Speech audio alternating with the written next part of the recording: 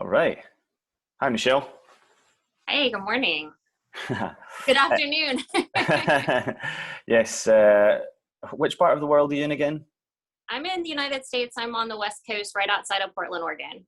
Portland, Oregon. I lived in Iowa when I was a child for a short time. Okay. Other- Yeah, all kind of cornfields and churches. Not as cool as Yeah, very Portland, different. for sure. Yes, Portland is right now. We're in the rainy season, so it's kind of crummy weather, but our summers and is just amazing. So I love it up here. Brilliant.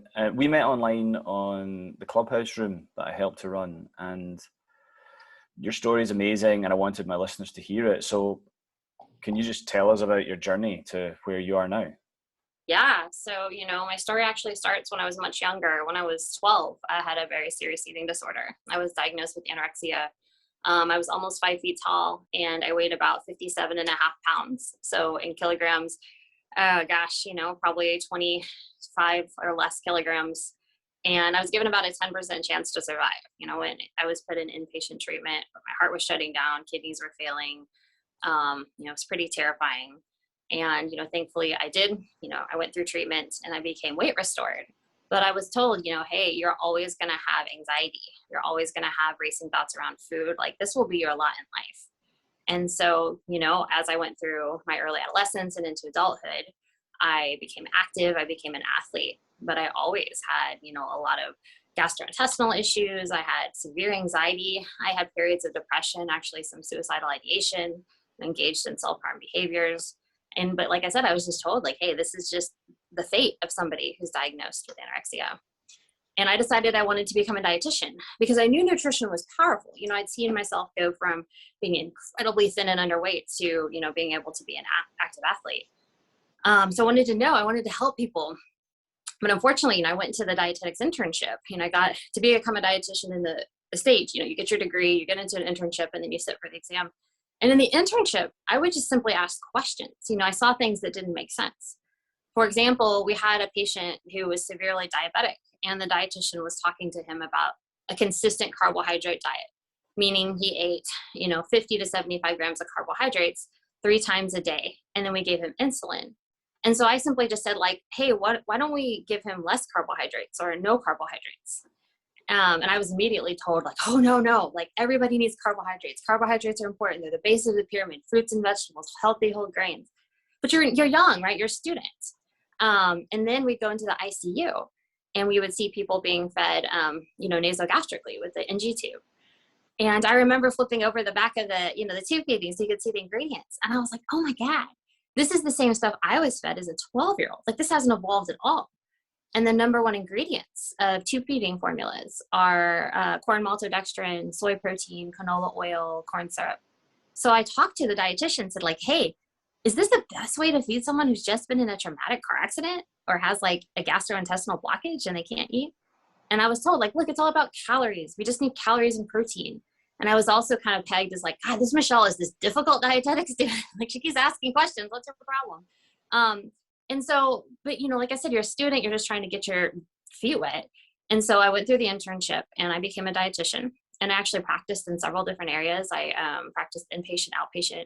I worked in 2 different psychiatric units. And it was super disheartening. I saw my patients continue to come back. Most, they weren't getting better. Diabetes was getting worse. People had non-healing wounds. And we really didn't focus at all on nutrition quality. It was like, oh, we give patients Ensure, we give them Boost. If they want to have Jello, it's like all these high sugar, high carbohydrate foods. But I was just told, look, it's all about calories. It doesn't matter. And also, most health professionals will be able to relate to this. I had an incredible patient load in minimal time. And for every patient you see, you have to do quite a bit of charting. And I remember bringing this concern to, when I lived and worked in Colorado, to the director in Colorado and said, hey, look, I don't have time. I don't have time to see all these people. I don't really feel like I'm helping. I feel like I'm just kind of checking boxes. And she said, well, are you seeing the patients? So yeah. Well, are you charting? Yeah. She's like, well, that's fine. So it basically was sending the message like, hey, you know what? We're not necessarily trying to get people better. We were trying to check the boxes, make sure we get insurance reimbursement and move on. But it wasn't really until I lost my own health in 2019 that I made a really big health change. And that's what changed my life, my career, and, why we're talking now.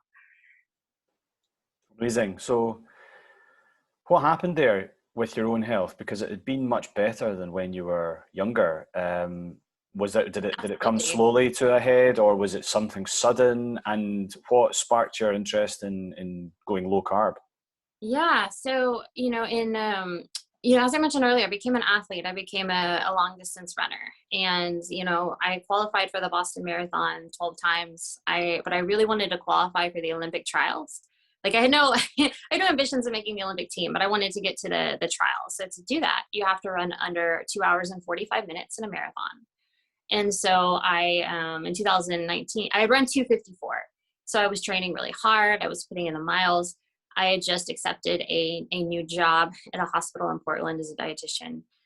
And all of a sudden, my body just started hurting, like disproportionately to train. I mean, I'd been running for decades at that time. So I knew, you run, you're sore.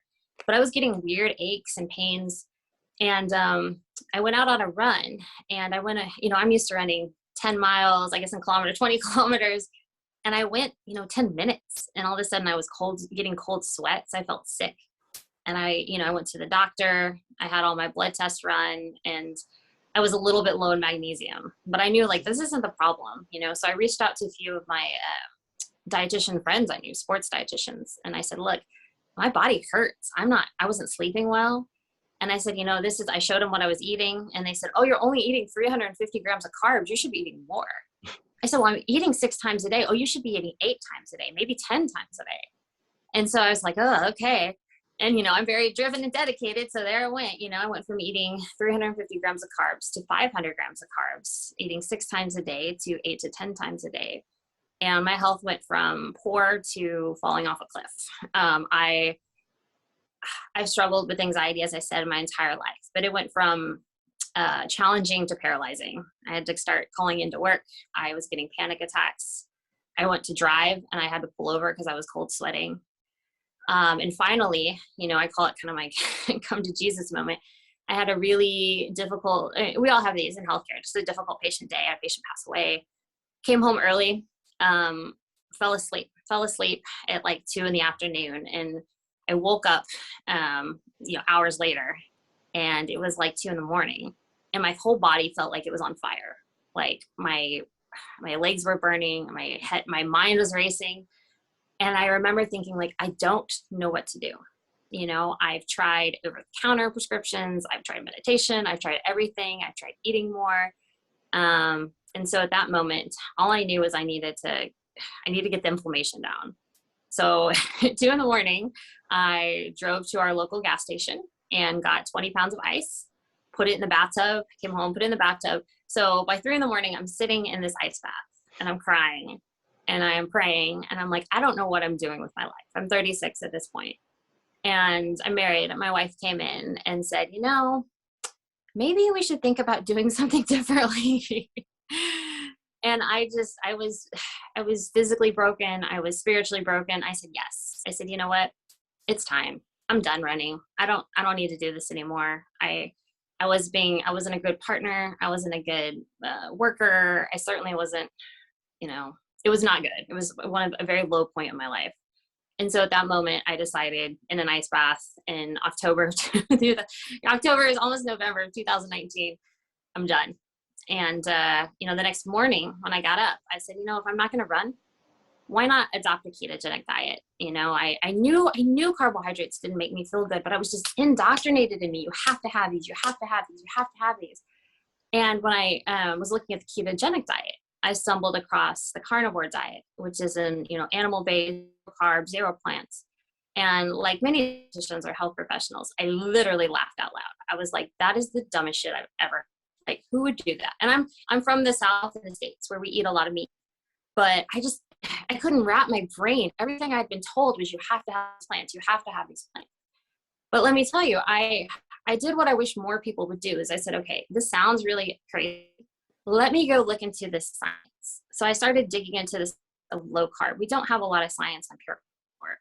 And I was blown away by And now after having met with many, had the opportunity myself to interview many low carb professionals, I found that low carb diets have the highest rate of efficacy, meaning they work, there's the sustainability and safety of any other diet out there.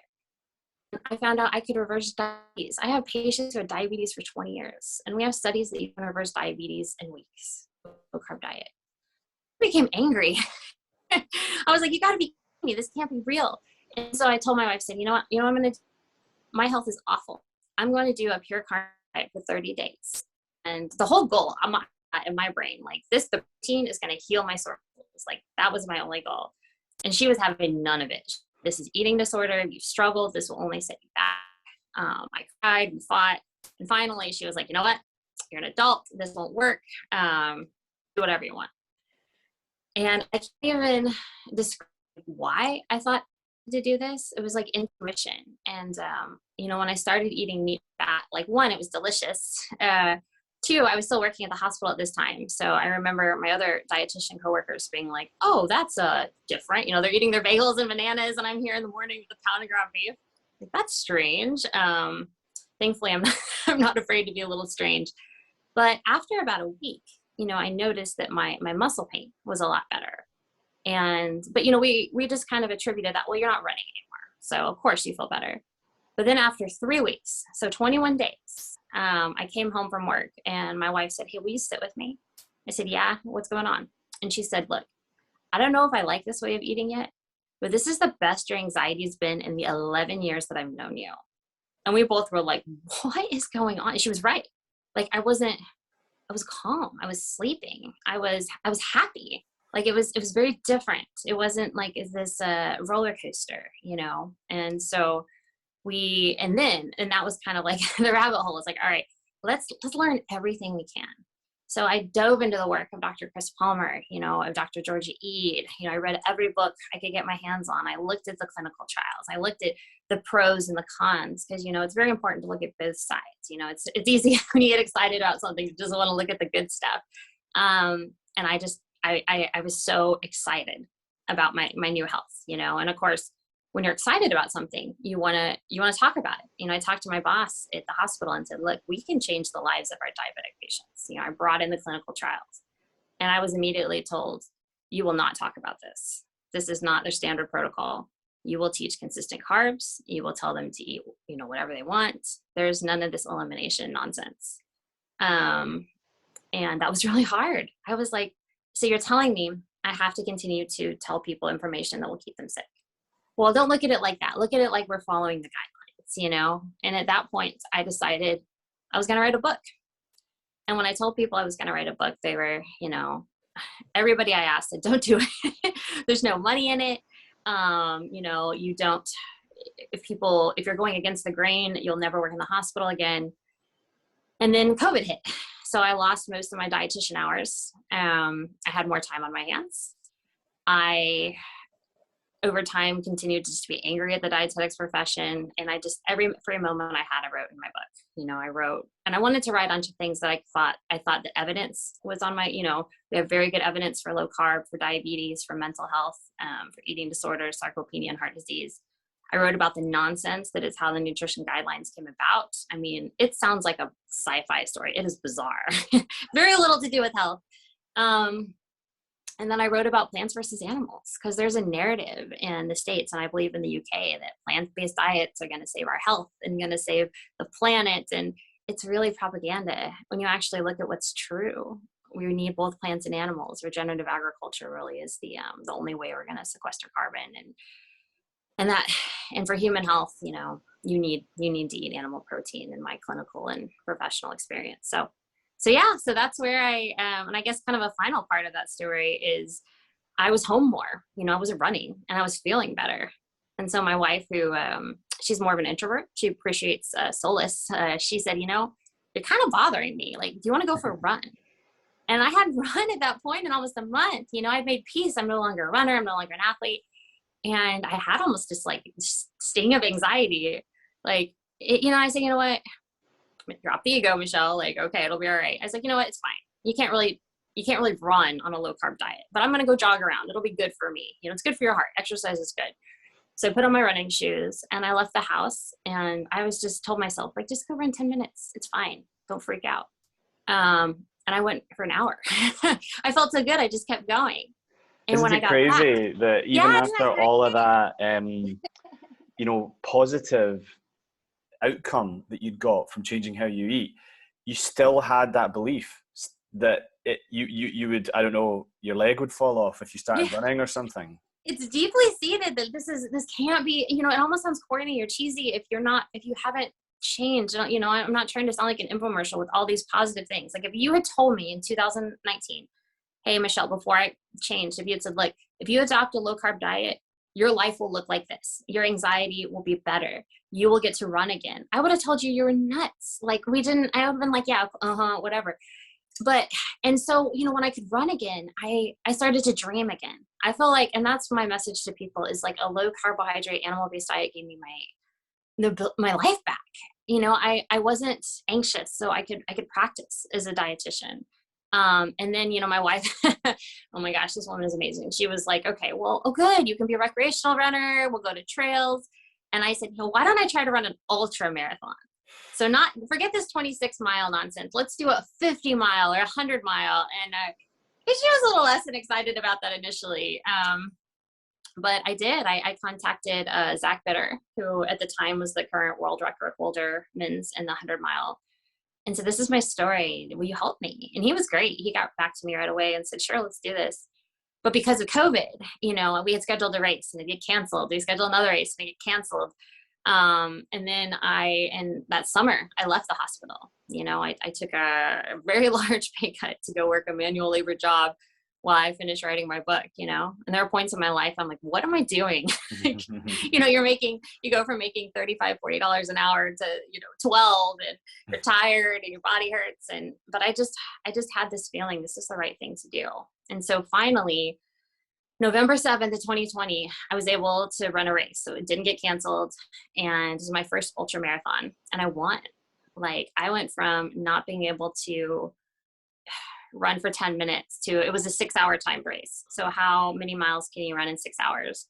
And I ran 46 miles, almost 50 miles in 6 hours. So I cried. I don't know, it was the most amazing feeling. And since then, I run a 50-mile race this past November that I won. And it's just, and life is hard. Life has thrown me so many challenges. I've had, this last year has been incredibly challenging. I had a lot of loss. My wife's father passed away. My college teammate lost her battle to breast cancer. We had to put our elderly dog to sleep. Like, life will kick your ass, 20 ways from Sunday. And like, we're always going to have stress. But because of how I eat, because my blood sugar is balanced, because the neurotransmitters in my brain are balanced, I'm able to handle them in stride. I'm able to be calm. I'm able to be resilient. I'm no longer riding an emotional or even physical roller coaster with your body feels good, it feels terrible, it feels good. And so I'm just grateful, and that's when, I published the book last year, The Dietitian's Dilemma. What do you do when your health is restored? I'm grateful that I was able to leave the hospital setting. I know a lot of people reach out to me and they're like, I'm stuck. I have to have the money or the insurance. But yeah, and now I get to go and, do what we're doing and get to talk. I'm going to go speak at Low Carb USA at medical conferences, and just, it's a wild journey. It's very different than what I used to do. It certainly is challenging, and it's a hustle because you're trying to, promote yourself. And certainly, Jeff Bezos probably makes more of my books on Amazon than I do. But, as long as we're getting the information out there, yeah, that's my story. It's amazing. And I think it's so admirable that you kind of put your money where your mouth, is, by leaving the hospital system. That is difficult. And I sometimes think I'm crazy as well, because I was in science and engineering, I've got a physics degree. People who listen regularly will know what happened with my health, how it just completely turned around. A lot of parallels with you in the mental health side of things, where a calm descended that was almost like grace. It was like, I never thought this could be possible. And it was so profound that I wanted to share it with other people. And I dived right in without really any experience of business.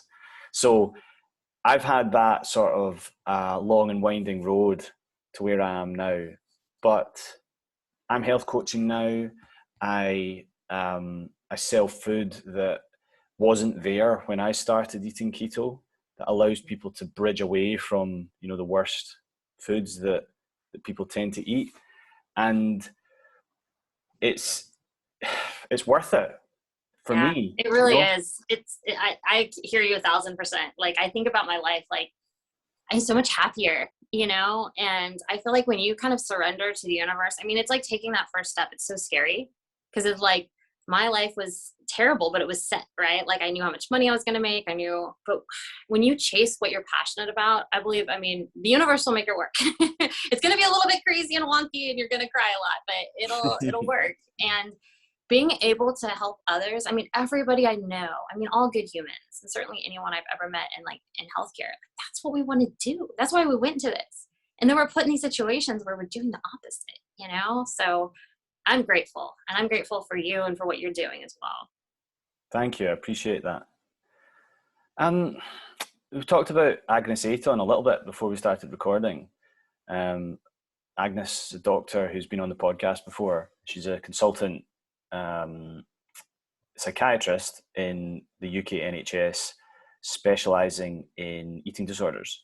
And she and her colleague Ali Ibrahim came on, and there was a little bit of pushback from her message at the time, which was that pretty much all binge eating is from processed food. Now, you can argue about the definition, but the pushback really was from people in the disordered eating community who said that any restriction is disordered by definition.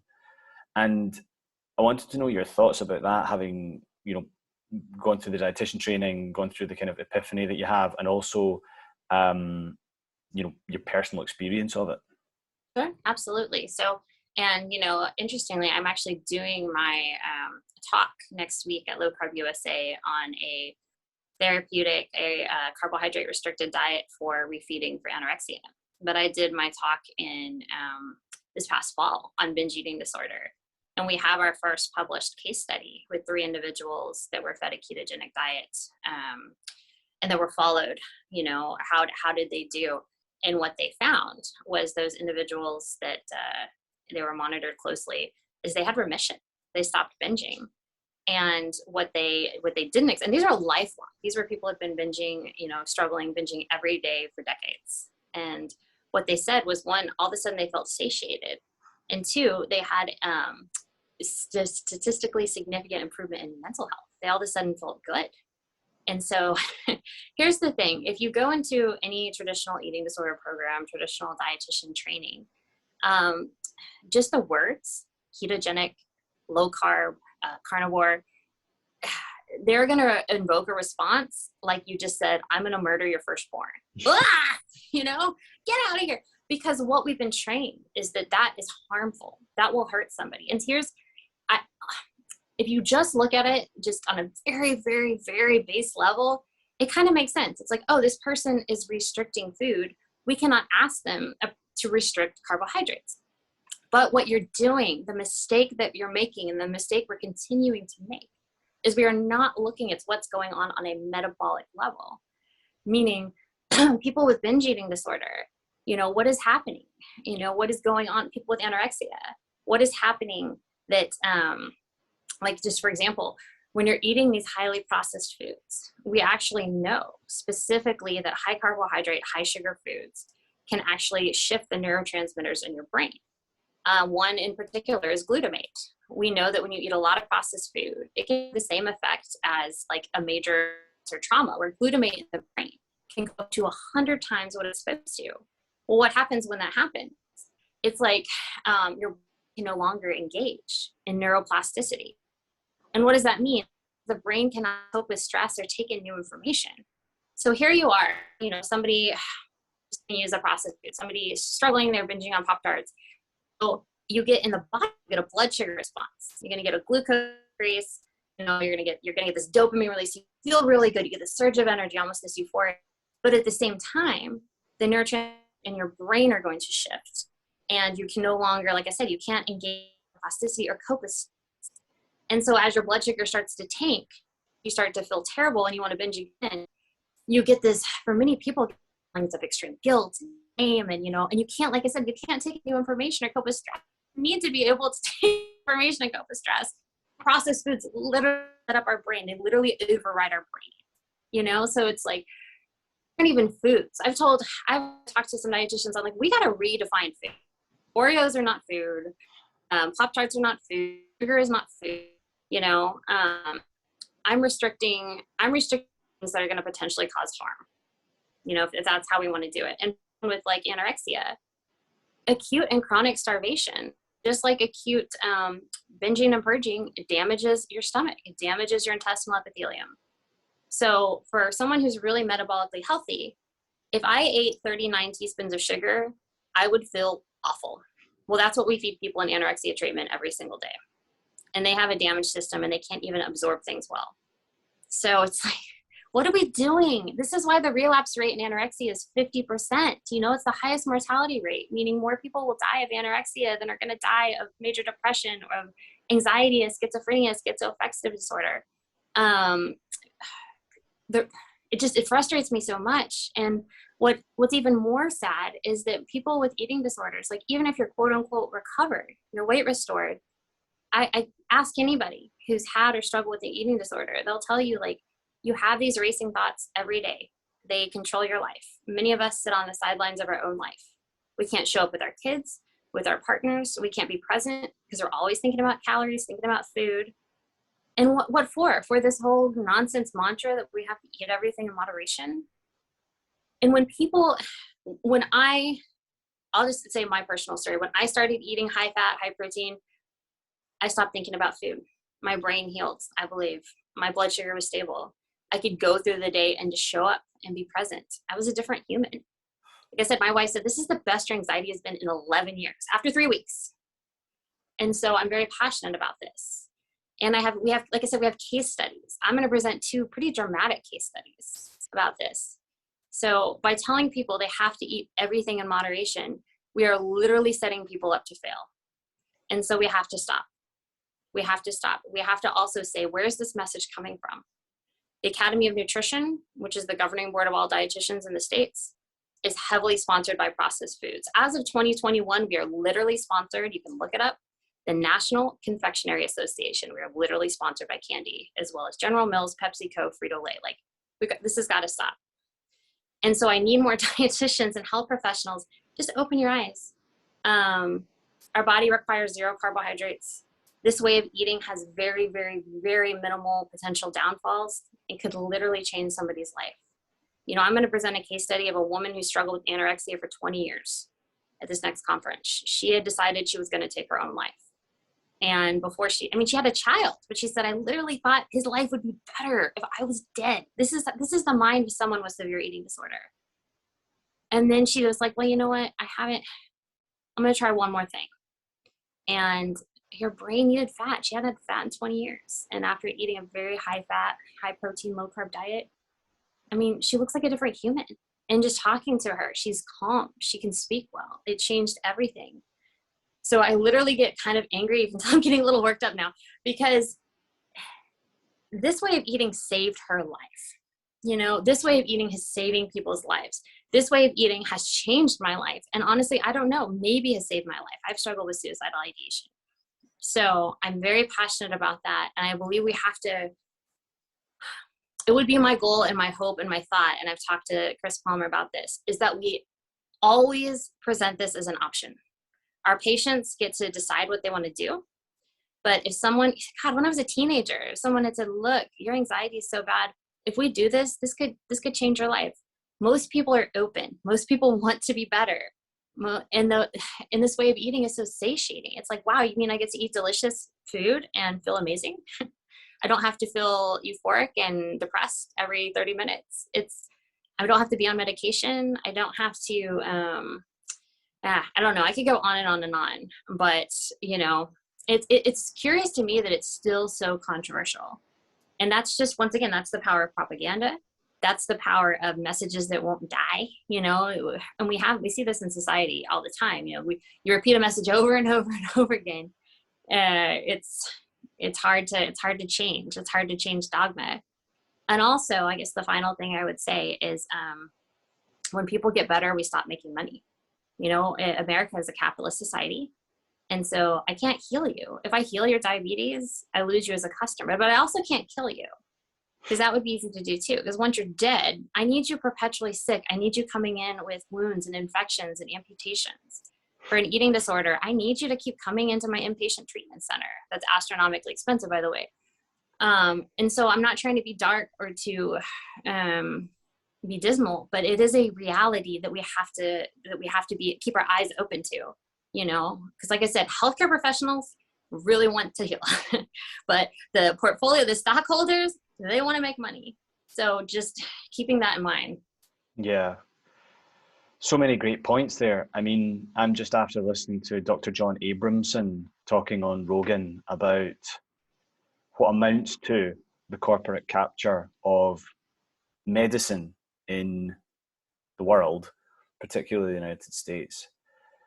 But of course, when it comes to processed food industry, one hand washes the other, and it's all the things that you just said. They have a legal responsibility to their shareholders. End of Yeah. story. They don't have any responsibility to me or you. None. And you know what's curious is that a lot of the processed food companies also hold stock in weight loss companies like Weight Watchers. And it's like, we'll get you fat and then we'll put you on a program that doesn't work and then you'll come back and eat our products. So yeah, that's their fiduciary responsibility. You know, they're not trying to heal people. They're trying to make money. And I'm not opposed to making money, but I'm opposed to certainly people being blind of this reality. You know, you really, if you want to be a healthy human, you have to take full responsibility for your life. Nobody else is going to do it for you. And unfortunately, I believe our system in the States, like if I was in an acute accident, you know, she was trying to, last year I was trying to throw some stuff away, ended up getting a bad cut, had to get some stitches. Our medical system is second to none. It is great. You're in a car accident, great doctors. But for chronic illnesses, it's a complete and utter disaster. So Yeah, absolutely. I agree. So, there's some drugs which are incredible. There's some vaccines which are incredible. There's some surgeries and therapies which are, our grandparents would have thought was unfeasible science fiction, but it's amazing. But there's this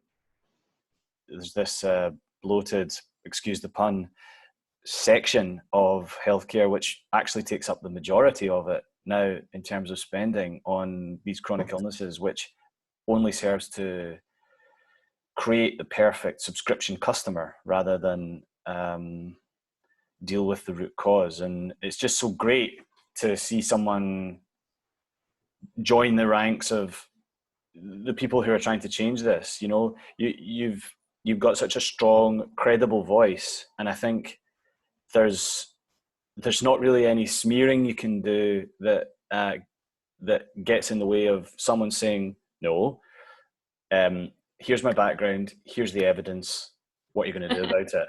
You'd be surprised. There's always some people, and that's okay. Like I am, one thing is I am not opposed to being wrong. I'm not opposed to changing, evolving, growing. Like it is my goal to share my story, to share my testimony, and to share the science.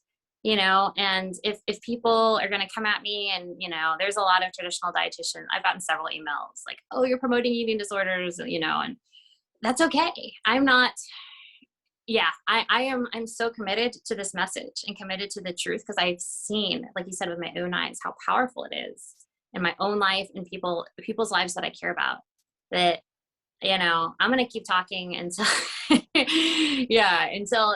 probably until I die, because I was going to say until we get major change in the guidelines, and that's probably not going to be till after I pass. So we'll just keep going. Something I like asking people, like yourself, you know, there's many ways into physical and mental illness. Um, what proportion of the problems you see most regularly can be attributed to food rather than some other factor? Like, for example, past trauma. You know, I've had resistance from people who've kind of been looking for something else, and I've said, you know, well, how about paleo or low carb or carnivore? You know, there's a lot that can be achieved, and they're saying, you know, well, I've got trauma. You know, what kind of therapy do I need? I'm not talking about food here. So, you know, do you think there's do you think that it's majorly multifactorial, so that some people absolutely need, you know, maybe a change in food, they need drugs, they need therapy, or do you think, you know, what's the proportion of all that mix? Yeah, I mean, one, I would certainly disclaim that I'm not a doctor or psychiatrist, so it's not my area of expertise. But I would also say that, you know, in my experience, most people, see, starting with food, I wish we all started there. Because yes, you do. I mean, most people that I've talked, actually, I would say 100% of people I've met and talked with have some type of trauma. You know, if they're dealing with eating disorder or dealing with some type of psychiatric disorder. But in order to heal that trauma, once again, like I stated earlier, your brain neuroplasticity also allows your brain to mold and change and take in new information. And it is difficult, if not impossible, to do that when you're consuming processed foods. You're basically blocking your brain from healing. So I've known people that have done a lot of therapy and gone to work, gone to 12-step groups, and they come back and they struggle. You know, in my book, I cite they did a really interesting study with cocaine addicts, and what they were trying to what they found was that when they were using, the glutamate in their brain went, you know, really high. Once again, that's that trauma that you can also get from processed foods. And the conclusion of the study was, in order to prevent relapse, we have to keep that glutamate level down where it's supposed to be. And of course, the study was trying to find a pill to to help with that. But it made me think, like, as much as these people wanted to heal, wanted to stop using, when the glutamate was high, they weren't able to change. They continued those same behaviors. So I immediately thought, like, wow, when we eliminate processed foods, when we flood our bodies with this meat and fat, what does it do? It keeps the nerves and our neurotransmitters in our brain stable. We're able to take in new information. We are able to listen to therapy and work through our trauma. We are able to feel calm and start dealing with our shit, for lack of a better word. And yes, and I am not anti-medication or anything like that. I think those can be good bridges. Some people may need to be on them long term. And that's, you know, once again, not my area of expertise. But I think it's a tragedy that we often start there. We're going to throw, and once I said, I work in 2 psychiatric disorder clinics. We throw medication at you, we do groups and therapy, and then we feed you 25 grams of sugar for breakfast, you know? So it's like, and then, as I'm sure you know, when we talk to people, you know, you can talk to your friends or your people you love, like, hey, how about you try a low carb diet? Oh no, oh yeah, I can never give up my bread. People are addicted to these substances. I literally had a woman once tell me, I would rather die than give up cake. And I was a young dietitian. I told her, well, you're on your way. That was the first time I got suspended. So don't say that. Don't say that, people, to your patients. That was not the best thing to say. But, you know, what I'm saying is we have to start looking at food, and we have to start realizing how severe this processed food addiction is. Our patients are not lying to us, you know, when they say, I would rather die, or I can't give up sugar. They're saying, I'm physically addicted. Please help me. I need new emotional management skills and coping skills. Please help me. But unfortunately, what we do in the healthcare system is we just say, oh, it's fine, just have it in moderation. Well, moderation in our society, it clearly means 50 plus teaspoons of sugar a day, you know, 5 to 6 cans of Coke's equivalent. That's not moderation. That's terrible. And that's exacerbating the problem. So that was a long way of answering your question. I was saying, I wish food would be first. I think that's something that can start the pathway for everything else to heal. You know, when I was 19, in 2019, you know, if you'd said, okay, Michelle, you're struggling and you're anxious, go to therapy, and I was still eating a super high carbohydrate diet, I don't think that really would have helped. Okay, Michelle, go get on medication. That's what they wanted to do. And I just intuitively knew, like, man, I don't want antidepressants and anti-anxiety. Something is intuitively wrong. So yeah, if we start with food, I think it'll make everything else easier to address. It's just so strange. Every species has a species specific diet. I have a new puppy who, thank God, is doing really good during this podcast. I also have a tortoise. Guess what? They eat very, very differently to fuel and function their body. Humans evolved over, 500 million years of evolution on meat and fat. We had 0 rates of heart disease and chronic illnesses. All of a sudden, we've added processed foods and lots of sugar and carbs, and our rates of disease have gone through the roof. But we have such powerful propaganda that it says, oh, it's not the orange juice and toast and, 9 tablespoons of sugar, it's the meat. Anyway, so. I guess a common theme in your answers today has been kind of the question, why not food first? Yes. And Exactly. I think that's a very difficult question to answer well, because you and I are both from a somewhat technical science background, and I think if you dive into the literature and come up thinking anything other than low carb and carnivore and so on can be life-saving, and I don't say it is always life-saving, I say can be life-saving and is often life-saving, and extremely helpful, then I don't think you've read the literature right. I think some of the issue with the whole business is, I speak to people close to me or clients, and they want someone to trust. I think we have to outsource our thinking. Nobody should be expected that they're going to build their own iPhone or whatever. So I don't know if you find this, but a lot of people, I'm very keen to impart the knowledge and the scientific credentials for what I'm saying. But people sometimes just say, listen, just tell me what to do. Yeah. I mean, everybody's a little different, but I also think we've massively overcomplicated nutrition so much that a lot of people are just like, I'm so all over the place. Just, I'm exhausted. Tell me, what can I do? Yeah. And even in the ketogenic forums, right? On Facebook. Oh yeah. Just do I eat this keto food? Do I eat this macros, this whatever?